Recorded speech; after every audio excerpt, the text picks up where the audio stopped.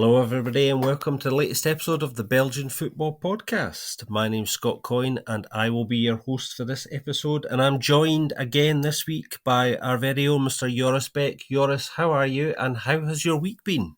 Well, obviously it could have been better, but all in all, I can't complain in my personal life. So, yeah, good. Let's put it like that. Good, glad to hear it. Ben's not with us again this week. He is still busy, but hopefully he'll be back with us next week. And next week could be a very big week indeed for one particular team and for us as well, which we'll get to shortly. The results this weekend, Joris, have set us up very nicely for an absolutely huge game at the Bossel on Sunday, which we'll get to shortly. But let's start with Playoff 2, shall we? Because Playoff 2 has now been conclusively settled now. We know that the Buffaloes, Genk, have won the European playoffs for the third consecutive year, pretty much at a canter, really. They've been very impressive again. They got a 2-each draw at home to Circle this weekend, and what was actually a very open game, I thought, Joris. Both sides really going at it.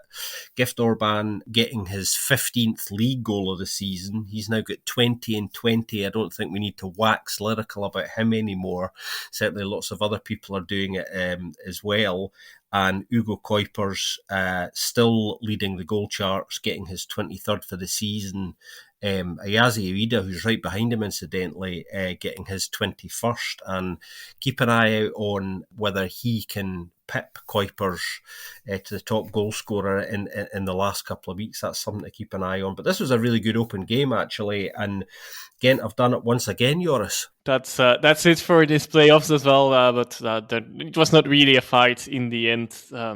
Gent went over the line quite quickly. Not that much to say. It was a really cool game as well. Indeed, open, many chances from both sides. Cercle might have been able to leap away in the first half, and maybe I don't think they would still be in contention for the first spot, but yeah, at least in theory they would, so that to keep a slim chance of still overtaking Gent. But well, that was not very likely anyway, because Gent in that case would also still have to play two teams that were already out of the race anyway, with not much to play for. Cercle probably must have felt that they should have killed this one, but in the end, a 2-2 draw, given the open nature of the game, is not a complete surprise either. And the last thing that I want to say about this is with Gent, the last 9 goals have actually been scored by either of the two players that scored here for them as well. I believe that's all the goals in the last 3 games, and only in the first. I wanted to say like all the goals in the playoffs actually have been scored by only 2 players, but in the first game there were some other goal scorers still. But after that first playoff game, so that's indeed more than 3 games, it's only been the Orban and Kuipers show on top. I wanted to point that out because that could be both a weakness or a strength going into next season as well, of course. But it's too early to speculate about that. But good luck for them in Europe in an early start in July, probably already then. Yeah, they were getting prepared for that already, and Big Hein van Rijsbroek's been on television this week telling everybody how great he is, while also criticising a few people. I thought that was quite funny.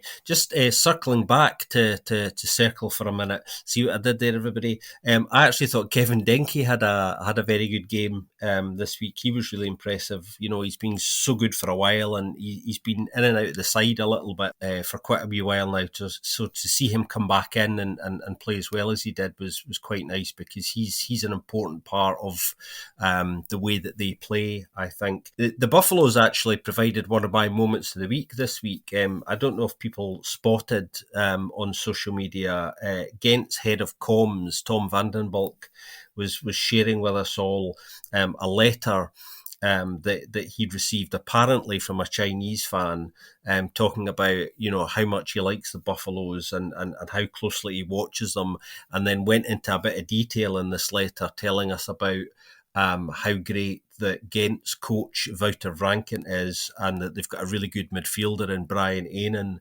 So, the writer of that letter's attention to detail is going to be difficult to surpass. And it's nice to know, Joris, that the old Gent and Genk confusion is alive and well, and we've got a new story to supplant the famous one about the Liverpool fans a few years ago.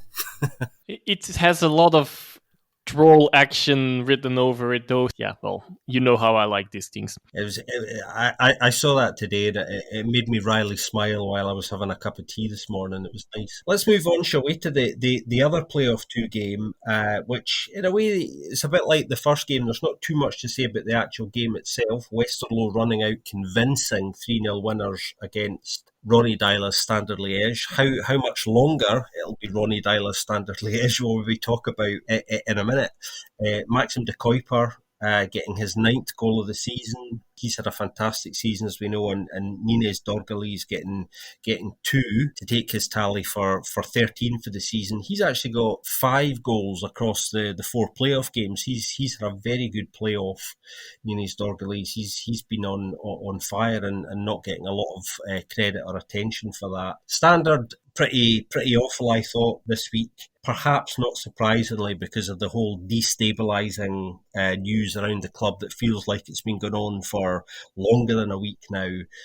Will Ronny Dyla stay? Will he go? It looks like he's very close to going. Not the greatest of atmospheres to take into a game, even if there's not too much riding on the game. I thought it was interesting, Joris, that Standard actually conceded 2 of the 3 goals direct from their own attacking corners. They lose possession. Westerlo broke on them fast and scored in the break, and we know that they're very good, a good side in the break and good in transitions, Westerlo, but it's never good when a side concedes, from their own corner. That's a particularly bad sign. What's your reading of the whole situation at Standard at the moment, particularly on the kind of Dyla situation? I don't believe for any word he said himself in this case, that there's nothing been, or maybe I do believe him in the literal sense that he himself did not speak yet, but well, he doesn't need to do his talking himself necessarily, of course. So apart from that, I do not believe that there's no nothing in going on in that regard, but it could also still be a complete smokescreen for another coach as well. Definitely, Club Brugge is really exploring their options, but yeah, we'll have to wait and see. Yeah, that was the conceding twice on their own corner. That was also a point that I wanted to make. Well, it already signifies that indeed does not happen so often. When if we both have written that down, Great minds think alike. maybe there was also not that much more to say about this game, of course. But yeah, Standard, well, they didn't have virtually no danger on up top, and thereby rejecting the Club rumors. But like I said, I don't think we need to read too much in those words. And for Westerlo, well, 2 weeks ago I said that their season was petering out. Of course, the season had been lost by then, or well, not lost, but like the competition in these playoffs for them was lost by that time. But to be honest, the last 2 games, this double fixture with Standard, they have straightened and then really, at least shown something and shown some spirit, and got some good results out of it as well.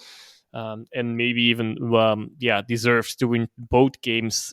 But yeah, okay, that would still only be a footnote in these playoffs after all. But well, better for them that they at least could snatch at their first win in the playoffs here, and who knows, there more will follow, albeit for now. Yeah, I think Westerlo will be satisfied with their season. Obviously, a couple of games to go. But I think they'll be more than happy with their overall season, because it has been very strong. Going to be some changes there, obviously, as well. They're going to lose some players that have been very important to them this season. Probably aren't going to be coming back, so it'll be interesting to see what their recruitment's like. I think Ben raised that a couple of weeks ago. It was something that I think he was keeping an eye out on, and we'll definitely talk more about that on our big bumper pre-season preview. But that's a few weeks away yet, folks. Back on Standard for a second. I mean, I think when you look at their form recently, obviously they're winless in the playoffs and in fact winless in their last 6.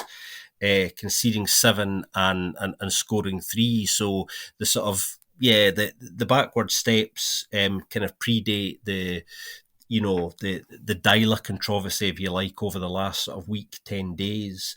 And it was quite interesting. He gave quite a frank post-match interview after this, where he was actually asked very directly what's true and what's not true. And he said that most of what has been written and said is untrue, but that he wants a resolution to this quickly. And by quickly, I think he means by the end of this week. So we should have clarification, hopefully by the weekend, as to whether he's going to be there longer or not. But there has been a suggestion today, I think, that if he is going, there's a high probability that he will not be in the dugout this weekend against Circle. So it'll be very interesting to see what's happening there. Standard fans having a bit of a meltdown about this on social media as well, which I can kind of understand. To a certain extent, so much conflicting information flying around that's kind of added to the drama as well. But this time next week we should probably know the definitive answer to that big question, because it's probably been the big unofficial news story of the week, that one. Let's move on, shall we, to playoff 1, where there's plenty still at stake. Let's start at the Ambridal, where Club Brugge managed to beat Antwerp 2-0 after dramatically losing to them the previous week at the Bossel. Casper Nielsen with a couple of fantastic finishes for Club, managing to bag them the points and the win. And I just felt that Antwerp were a little bit sloppy at times during this game. They didn't play badly, but a lot of the things they've been particularly good at this season weren't absent in this game, and Club were physically the better of the two sides, and in particular their ball distribution was better, I thought, Joris. They just moved the ball about better and made better choices of passes, kind of at key moments really in this game. And it's interesting now because we've got this scenario where all top 3 sides drop points, but Antwerp can now go and win the title on Sunday, as I was alluding to at the start, by beating Union at home at the Bossel. And if they do that, they will complete the League and Cup double, which would not only be Antwerp's first ever League and Cup double, it would be the first Belgian double since 1996 when Club did it, and would be only the 8th Belgian double ever in sort of 140 odd years of football history. So it's all set up very nicely for them. But let's not forget Union, because if there's anybody who can go to the Bossel and get a result, because obviously they can still win the league themselves, it is this side. It's funny the way things have worked out, I think, because there's been a lot of talk amongst the Antwerp fan base about they still can't believe they're actually in this position because of the way things have worked out. But one of the things I kind of wanted to highlight from the purposes of our chat actually is that all of the focus understandably is on Antwerp, but Union are coming into this game probably with very little fear. I mean, they're a side that play with very little fear anyway, but they know equally that if they win the game, it's very much in their hands on the final weekend as well. So this is by no means a foregone conclusion, despite what a lot of people seem to think. And it probably suits Union not for there to be too much attention on them in a media sense this week. They can quietly go about their business and go to the Bossel and try and get the big result that they need. It's going to be really interesting tactically, I think, to see how the game pans out as well, because of both sides effectively having to go for it. So it could go one of two ways. It could be one of the best and most open games we've seen all season with lots of goals, or it could be so tense that neither side wants to lose and it does go to the final weekend. But all eyes on the Bossel on Sunday. And what did you make of sort of Antwerp being kind of just slightly off it against Club, Joris? Did you think that was nerves, or was it just that Club were really good this week for you? A combination of both, I suppose, as well. Also, Nielsen really giving his former team, while keeping them in the title race as well. Before we knew the result of the other game, of course, already. But at that point in time, it really helped his team, and actually, if eventually also that still is the case. Also, Club Brugge is getting their first points of the playoffs. But the focus on Antwerp. Yeah, well, they seem to be quite nervous. If you then see how riled up Elderwereld of all people was by Lang's behavior. Well, albeit a bit provocatively, but still in a footballing way. So in that sense, nothing wrong with what Lang did, but how Alderweireld reacted, just next to the nerves that Avila getting somehow snatching their yellow cards from the referee. Well, not snatching it, getting it somehow and giving it back to him in the first half. That was a funny moment in the game. I believe there's definitely some nerves in the 2 games against Lubeck. In last week they still have won, of course, but yeah, that could have gone differently as well. With not that many. Yeah, their play in that game, their field game was not super well either. It was already a bit nervy. That you could feel that they still won. It was of course important and might ultimately be the one of the title winning moments, but of course it was also still only their first loss in these playoffs, so that's of course why they're obviously the clear favorites as well at the moment. It's relatively showing, I guess, telling that while their defense has been so strong in the playoffs, they're really struggling to keep a clean sheet. They got one on the first playoff game against Union, coincidentally, of course, as well. But after that, they have conceded in all 3 games. Of course, this might be expected against the better sides of the league. It's also the first time that's maybe more significant that they have been kept out of scoring for the first time in 2 months. And 2 months ago, that was without their main striker because he was still injured or anyway not playing, was out. This time he was there, Janssen, but they have been really quiet all game. Yeah, so I do think there's clearly and there's why would you there who wouldn't be nervous in this game? But you could feel that there are the nerves, but I do think that they have put themselves in such a good position that maybe that they were could even permit themselves to get one game like this. Of course, now the pressure is on the game against Union, but it anyway would be at this stage of the playoffs.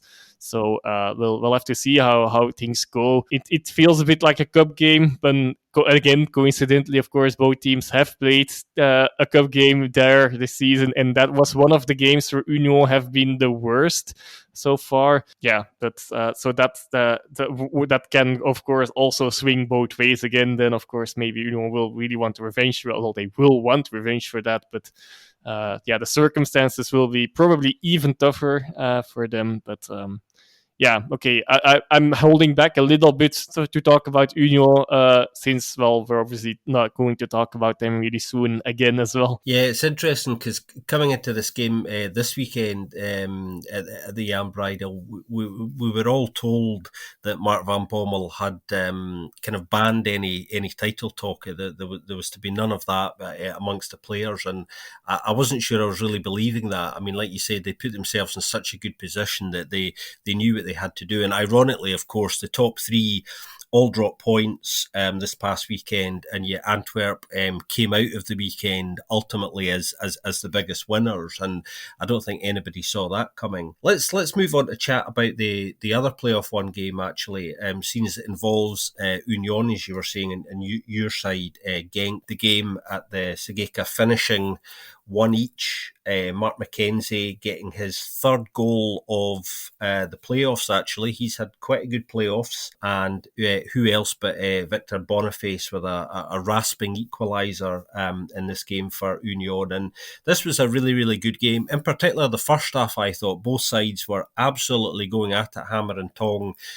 Literally sometimes challenges flying in all over the place. And it really had a sense of a lot at stake this game, both sides knowing that, a a win was going to be really important, particularly after Antwerp kind of dropped points, and neither side managed to get that. Perhaps it's more significant for one side than the other not to have got the win. But interestingly, this week as well, Mike Trezor setting a new Pro League record with 23 assists.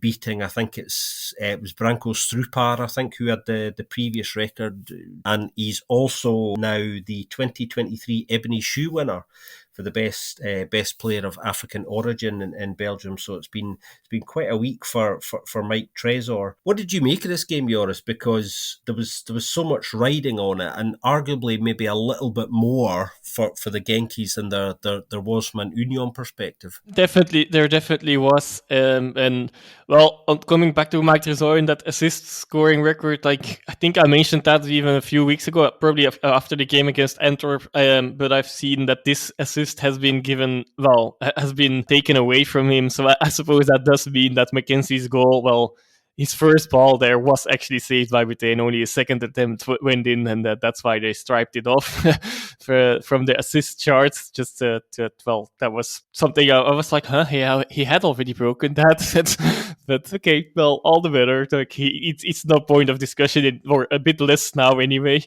And Mackenzie getting that goal, well, he did it twice there. Like that's really great for him offensively, but maybe a bit like he said, he knows it himself. Defensively, unfortunately, he was not. Well, he was also involved at that Boniface finish, and also before that, he already had given away a big chance to Adingra, I believe it was, where Van der Voort put out some nice saves.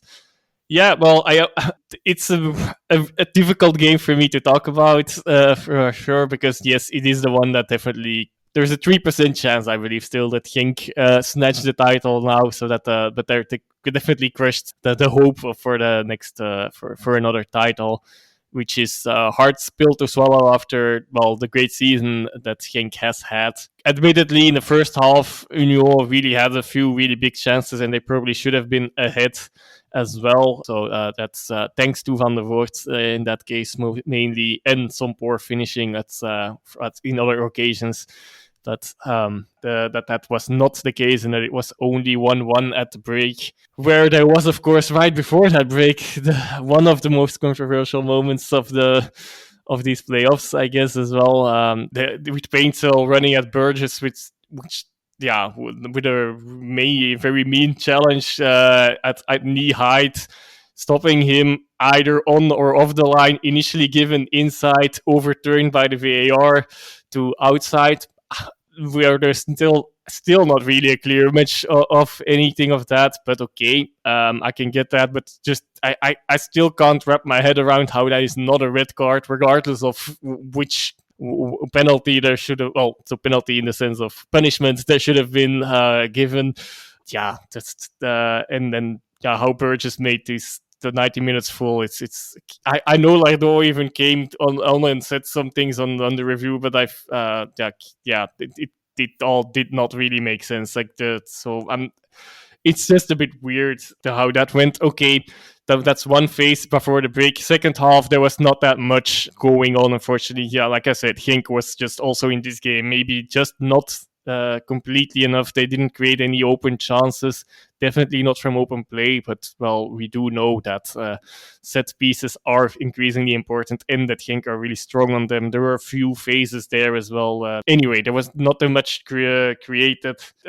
Ultimately, it then came down maybe a bit for Genk's side, and like that last minute, in stoppage time, a slip from Morris and Samata that would cleverly seen that from the sidelines, though, so it was quite far. It was not so easy to do it, and but seeing it and trying his luck, and the ball really narrowly. For a second, I thought, oh yeah, we're gonna snatch this and we're gonna win this title, and then it went out, and that was the moment. Okay, it's not going to happen this season, unfortunately. That ball went very narrowly wide. It really looked like the good trajectory, but just a little bit too much curve towards the outside of the post in the end. yeah, like I said, Union first half mainly missed a lot of chances. And well, like I said, I can really only swear at a certain specific players as well, but I'll try not to do that. But Burgess made a few more fouls that definitely deserved a yellow, clear-cut yellow cards that he did not get, and that's yeah, okay. That's the one player I will pick out there. But that I don't believe. Well, I'm not the only one picking him out as well. But yeah, but what I did find slightly. Well, I felt a bit like, okay, Union ultimately had also a few chances on the break because Genk really were trying to push at least. Whether it worked really well, maybe not. But anyway, they were trying to push forward, so there was a lot of space in the back. And on that, there were a few moments at the end of the game where Union could have gotten the win. But ultimately, I did feel like they were relatively happy about it. That with a draw, which was a bit of an interesting approach in my view as well for winning that title. Because, well, obviously, if they would have won, they would have been in pole position before this game, and to the very least, they would there would be less pressure on them for this game against Antwerp. Because even if they would have lost that one, there would have been a chance to catch them in the last game, albeit maybe less likely with probably all for more positions already being set in stone by that time. But I felt like I'm not sure. I don't know if you felt that, but I felt like they were quite happy with. Yeah, ultimately, then in the second half, the draw. Of course, they did, like I said, they could have won this in the first half already, but like after a certain point in time, maybe after 60 minutes already or 75, like they seemed happy with a draw to at least, yeah, okay, in that sense I do get it, of course, at least be relatively well, stay ahead of Genk. And also, well, the main thing of course for them, I believe, is also that Thoma was of course not available for this game, and it's still quite uncertain whether he will be available for the game on Sunday against Antwerp for this crucial game. But okay, I don't think we as outsiders will know whether he will play or not, regardless of how the state of his injury is, because well, either he is already fit and there's a smoke screen, or it actually is also uncertain for them. But yeah, I would. I don't see why Union would release that information too early to give information to Antwerp in that. But yeah, that could be crucial, of course, for that game, whether he is there or not. I'm sure they will be trying their damnedest to get him ready for that, because yeah, well, we all know how crucial he can be for their game. Yeah, I think it's going to be really interesting to see whether he does make it, because they didn't miss him too much this kind of past weekend. But certainly with there being so much at stake on Sunday, they'll certainly be doing everything they can to get him on the pitch for at least for some of the game. It's been interesting actually. There's been a lot of chat over the last few days about the physicality in this game at the weekend, and the. Yeah, some people perhaps arguing that some of the physical tackles going in were a little bit too cynical and kind of the wrong side of, the physical side of the game. I didn't actually think so. I thought the game was played in quite a good spirit. I think what you tend to find, of course, when you get to the playoffs is that things do ramp up a gear naturally, and that includes the physical side of the game. Things are very physical in Belgium anyway during the regular part of the season. On Burgess specifically, I think Big Christian certainly tread a very, very fine line this weekend, and I think there is an argument that the sheer accumulation of fouls throughout the game for him probably did amount to a red. Aside from the most controversial moment, which I've only really seen it from the one camera angle, the penalty that wasn't. I still haven't seen anything that kind of conclusively proves that the initial contact was really outside. You just have to trust the officials on this. But it's back to the transparency thing again. I think we all have to, or would want to see that, because my initial reaction was that it was certainly on the line, and it's probably going to turn out to be one of the most controversial decisions of the season, that one, I think, just because of it could have completely changed the complexion of this game, obviously, had it gone the other way. too late now, but it's just an interesting thing to look back on. But I agree with you. I think Big Christian Burgess was on a real tightrope this week in particular. Most of the rest of the challenges, I think, are the sorts of things you just see when there are such high stakes. And I think, I don't mean to defend referees when I say this, but it can be difficult sometimes when players go into games and the physical side of it becomes more to the fore than it would normally because of the stakes. Referees sometimes let things go that perhaps they shouldn't because of what's at stake, rather than refereeing the game that's just in front of them, which I would agree with you, I think is a mistake, to kind of let players away with things that they wouldn't normally get away with just because the stakes are a little bit higher. But I find it interesting that a lot of people decided to kind of, find that a big talking point this week, because we've seen it in other playoff games that there's been more needle in games than you would normally expect, and that physical intimidation on the pitch, if you like, is a big part of where the title ends up going. Always, who can handle that and who can dish that out within the rules and kind of get away with it. But that's part of the game, isn't it? And we're all set up for an absolute cracker on Sunday. Speaking of your side, Joris, we have had a listener's question this week from Yolan at Yolan23112000, and he's asking us, what do Genk need to do to be better next season, and what have been the weak points in the team? What do you reckon on that one, Joris? I don't think that much needs to change, but that might also be the issue, trying to get this squad, keep as much as possible from the squads together, I suppose. But yeah, there will always be people leaving. But so that will be crucial, filling in the gaps from whoever will be leaving. There's no concrete rumors, I believe, yet, but I'm sure that will come soon. Maybe already next week, as I think a lot of it might hang on that this last slim chance of winning that title. That will make players think as well. Probably if they don't are not able to win it anymore, it also might depend if there's still a fight for a second or for a second spot. But so not that much needs to change, to be honest. In my view, I really enjoyed the season. I did not expect anything before the season, regardless of the end position with the season. You can't really say they didn't contend for the title either anyway, since, well, they were, until not that long ago, the leaders, and also in general smart shopping, but also not only the ins but also the outs need to be on point. And then unfortunately this season there was a bit too many outs. This was going to be a common issue at any rate, given who already left in the summer. That's why I was really surprised how everything has actually panned out. But on the other hand, for example, even without ins or outs, Oye, for example, and maybe some other youth players, will be there. And Oye missing the whole season, and now he's not in top fit shape anyway. But with the whole preparation behind him again, that is already so. In a way, a free transfer. I don't like it when directors say things like that about their own players. But okay, I'll do it for once. That's already potential replacement or extra option. Yeah, extra options is maybe a thing on certain positions.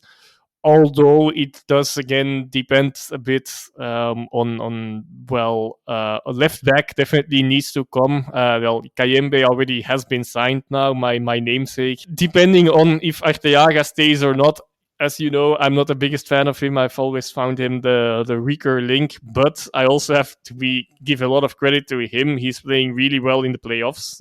So far, every game he has been amongst the best Genk players. Also last weekend specifically, he was maybe even the best Genk player. So he has really lived up in the playoffs now. Unfortunately, he's not consistent enough, maybe, but okay, with Kayembe, maybe that's given. And I would still maybe let Arteaga go and get another left back in. The striking position is a bit of a question mark at the moment as well, of course, with Onuachu leaving, Arokodare being out immediately as well, but also with Nemeth leaving before. Desser's already leaving. Diawara at the under 23 levels leaving. So at least one striker will be needed, I believe. Also with then again Samata, we'll have to see whether he will stay or not. But personally, despite all the sentiment, I would also let him go back and find his luck elsewhere. That now I'm talking a lot of business decisions and not with emotions here, but that's so weird in this case. And it all depends a bit also on how the belief in the club is in certain players, in certain backup players, for example, like with the central midfield, some more rotations. Like I do like the duo of Herren and Rozovsky, but behind them there might be some more rotation. But like Aziz has done quite well for this season. Last season I was less convinced of him, but in the few occasions he got. Until that red card, of course. Yeah, and Galarza is also still there. Yeah, who football technically seems to really still be very convincingly, but unfortunately, the off the field stuff with him have really taken a toll, and then like have put him out of Franken's favor, despite his the football he has shown on the very few occasions that he did get in the beginning of the season more, and in the cup game against Westerlo as well. His off the field behavior. We'll have to see if he can turn it on, and if somehow he can make the switch. Maybe nothing is needed there, but if not, that would be a position where maybe the Genk would go for the short pain and probably would need someone else to bring in as well. Well, what do you need? An assist giver, a goal scorer, and a good defense, I guess. But I guess they can say that for every team. So that's not a new. That's not really groundbreaking stuff I'm telling here. But yeah, striking position, left back, and maybe some more backups, and then of course fill in any voids that would come from players leaving. How do you feel about kind of, that's a very, very good answer actually that Joris gave, and I can't add too much to that. But here's another kind of sub question off this for you, Joris. We were talking about, the physical side of the game a minute ago, and do you think Genk have kind of coped well with, the physical needle in the playoffs this year, or is there a question mark about them needing just to be a little bit more, as you would maybe say, football wise next season? If they get to this stage, because there's been times I think this season, even arguably in some of the bigger games before the playoffs in the regular season, where I think they allowed some sides to physically bully them a little bit, and they didn't have too many answers to that. We know they play fantastic football and are a great side to watch, but do you feel maybe there's, I don't know, it's maybe a question of the balance in the side perhaps? It's maybe simpler than simply being more physically competitive. I don't know. What are your thoughts on that? Yeah, that's actually a good point. I have forgotten to mention that then like I've mentioned that throughout the last few episodes. I really believe like maybe as for Franken as a coach and his coaching staff more also, but I do know that he's probably not going to do that, not going to listen to that. He's known for not really having another plan B when it doesn't work. Because I do feel like this footballing way sometimes has hindered them. And additionally, that actually came back, but like I have to explain it here, of course. But Galarza is that type of player that's actually does give that physicality. So that I do feel like maybe even that could have solved one of those things. Of course, Aziz himself also is already so the options at central midfield, which are often places where these battles are fought, are crucial there, I think. And like I do feel that maybe Galarza has thrown in his own windows, so to say, a few times. Like maybe that's a too literal translation from Dutch, by the way, but I guess you get what I mean. That but on the other hand, maybe he should have been given the chance. It might have hampered the chances of the whole team in certain games as well. So yeah, that's a bit.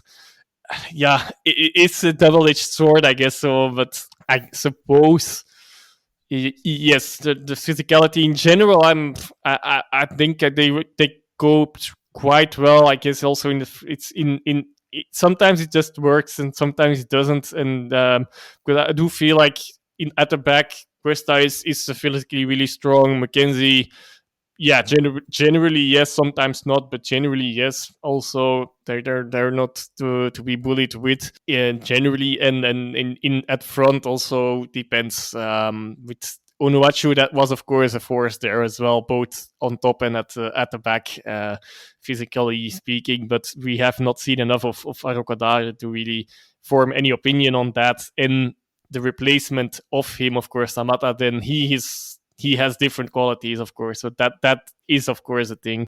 So yes, I do think it has hampered them a bit, but yeah, just one or two players could already make the whole difference there, I think. So I'm not sure if that should be the real high focus, especially since potentially these players are already in the Genk squad, but yeah, have hampered themselves a bit. Yeah, it's interesting, isn't it? Because sometimes it's more about a choice of personnel and maybe picking the right person for the right game, and often. Yeah, I also want to add, and that's I don't know how to explain this, and without sounding pathetic, but in a way, it is like Genk are seen as a club that does play like this. Generally, I think that's also why Frank is a really good fit. And at the same time, when they go a bit more physical, they are the one that gets. It feels like, and that they are the ones getting punished a bit for that. Like that's where all this frustration with the referees that I've unfortunately sprouted today stems from as well a bit. Like when they then turn it on a bit or react on it, yeah, it's them. It's like not the aggressors get punished, but them. Or well, if they are what for the occasion once in a while, the aggressors is them being punished. So it's I don't know. It's a feeling and it's stupid, and I don't think I like it that they don't go too far in that. But sometimes it feels like it's also like the image of the reputation maybe as well. But I do not know how if that changes inside one season either. So yeah, I'll leave that in the middle. Maybe this is a comment that has not that much to do with anything, but I don't know. It's just a feeling like this, like when a nice guy then doesn't play nice, then you're the one being punished. Well, teams that are known for being physical are allowed a bit more to get into this physicality because for them it's normal to do so in a way. Yeah, that's a really interesting point actually. That kind of goes to sort of kind of team identities, if you like. You know, we know that Circle actually being one of the most physical sides in the league, for example, they, you know, in recent weeks they've come out obviously and publicly spoken about how unhappy they've been about some of the refereeing in their direction, particularly in relation to kind of conceding penalties. And it's interesting, isn't it, that you know teams can get a reputation for behaving and playing a certain way, and that can be, as you were saying, reflected in a way a referee will approach that side. That's a really interesting point, and we could probably have a whole conversation on that, a whole podcast on that. That's absolutely fascinating. It'd be interesting to go away and look at that for other sides as well. That's a great point. You've given me some homework to go and do.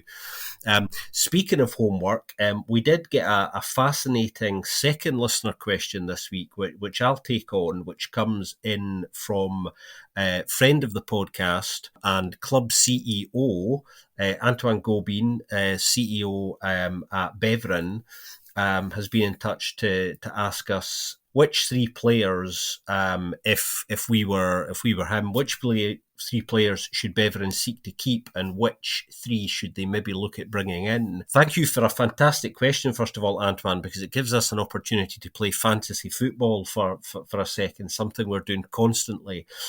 Not fantasy football for you, of course, because you're doing this for real, but let's take this one on, shall we? I went away and had a little think about this, actually, and in terms of keeping players, I've actually made a note of 5, not 3, but that's because some of these might not be there. Anyway, long story short, in terms of the keeps, I think Kevin Hogas is an important player to keep hold of. He's had a very good season, 7 goals, 5 assists in 22 games. It's been pretty present, had a good influence on the side. Another keeper for me, Ribeiro Costa, 7 goals, 6 assists in 22. Outside that, there are 3 other names I want to throw at this just because they're a bit interchangeable, and I'm not sure all 3 of these players will necessarily still be there, but there's definitely a conversation around them. Sheldon Bato, who's had a very quietly effective season, an experienced player, I think, who still has a lot to offer. Be interesting to see what he wants to do himself, but I think he's worth holding on to. And another two, the things are a bit up in the air with, largely because they contribute in the same area. Will Mbakani still be there? He has exceeded expectations, which hasn't really surprised me. Still a very fit, motivated player for his age. He's got 8 goals and 5 assists and 13. That tells me he still probably has enough to go again for another year. And another player who may well leave, but I think is worth staying, is Daniel Moderna. Now, he did really well last season before he picked up that horrible injury, and this season things haven't really rekindled in the way they did for him last year, but he did so well last year that it suggests to me that he might still have a place in that side, depending on, for example, whether Mbakani leaves, that kind of thing. We know that, everybody's top keep would be Tierno Barry if possible, but I don't think Tierno's going to be staying at Beveren, so that's why he doesn't really feature in this conversation. So I've thrown 5 names at this rather than 3, but they're all very interesting.